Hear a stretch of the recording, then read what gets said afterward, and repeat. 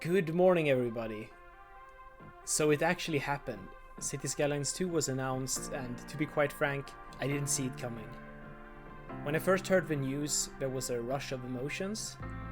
I felt excited for what the new game could mean, but nervous at the same time, as repeating or even just matching the success of the first game will be a tremendous task for the development team.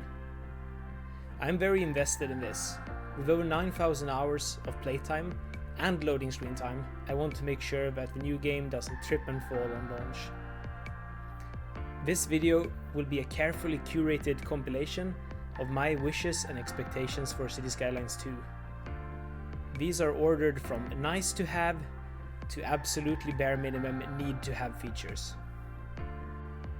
Number 1. Better scenario mode. I wish that Cities Skylines 2 will come with improved scenarios that make sense and focus on fixing existing and preferably relatively interesting looking cities, instead of just giving you a blank map with a goal to reach some arbitrary population.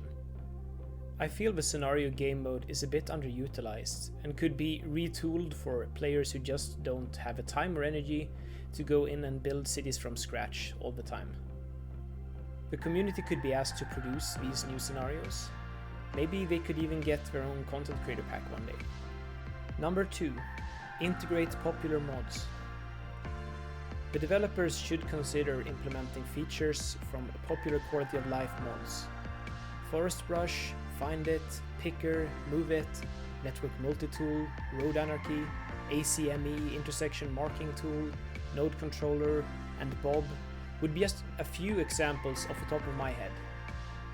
Perhaps some graphical mods like Render It could be integrated to make it easier for new players to get into customizing their visuals. There's no need to go crazy and add the entire workshop though. Number 3. Better zoning. I want Cities Skylines 2 to have less square-based and bigger zoning.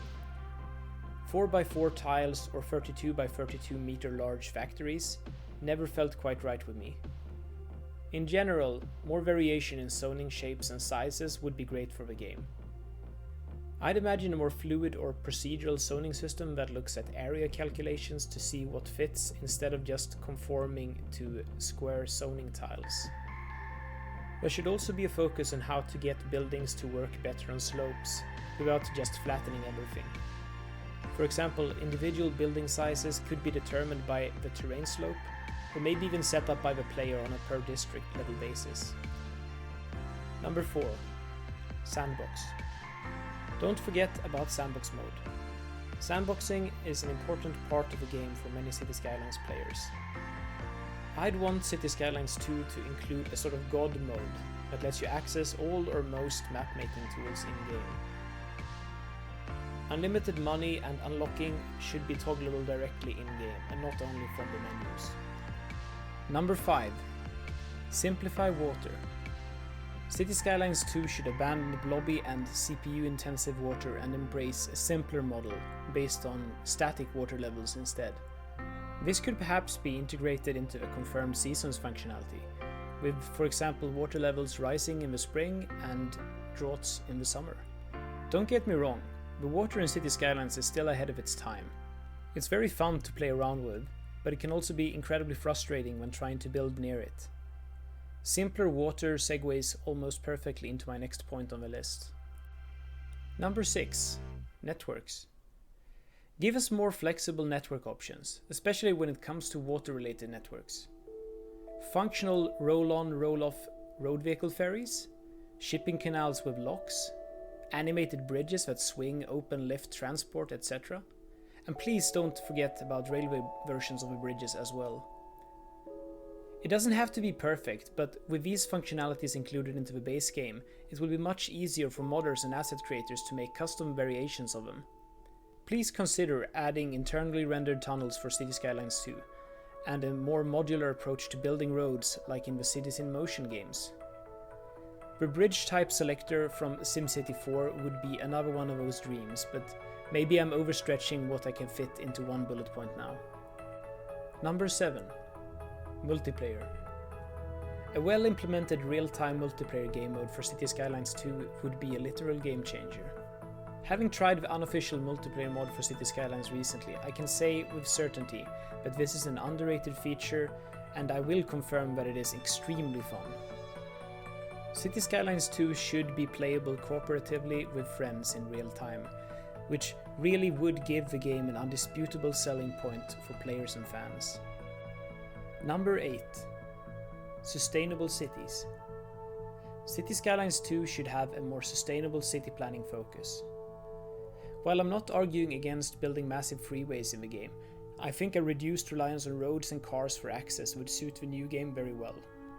Features to be included could be mixed-use zoning and more options for bike and pedestrian paths. You don't have to look long at the forums or Reddit to see how crazy popular Dutch-inspired bike path systems seems to be. Number 9. More content from day one. Colossal Order and Paradox, please don't release a bare-bones minimum version of City Skylines 2. I understand we need to save features for DLCs later on, but that won't work today as it might have worked in 2015, because now we have the option to just keep playing the existing game with all of its current content. How this compromise is solved will in my mind have a huge effect on the success and longevity of City Skylines 2. I envision City Skylines 2 including some basic features from many City Skylines DLCs, like for example custom airports, some mass transit stuff, pedestrian areas, parks, industries and campuses. I personally would prefer a more expensive, content-beefed release than a cheap but empty start from nothing release. DLCs could instead be refocused and aim to add different geographical localization packs.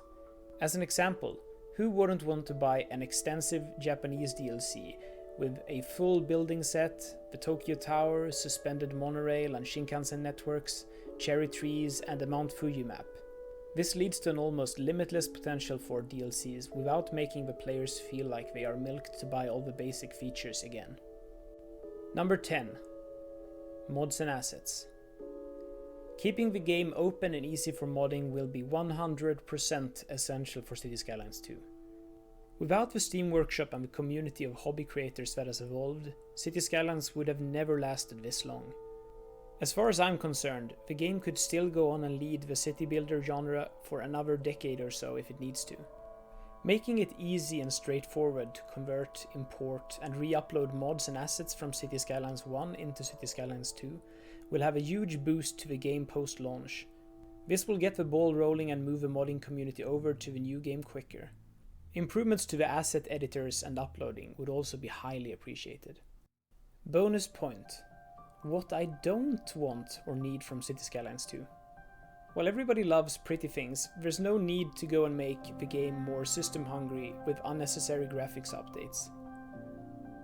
While the default vanilla art style perhaps could be a bit more realistic compared to City Skylines 1, I think that's something better served by the workshop. That was my list and what I wanted to vent. Thanks for listening to my sermon. Do you agree with me or am I completely wrong? Is there anything else you'd want to see in City Skylines 2? Let me know in the comments. If you liked this video, feel free to click on the thumbs up thing and maybe even subscribe if you haven't already. See you all next time.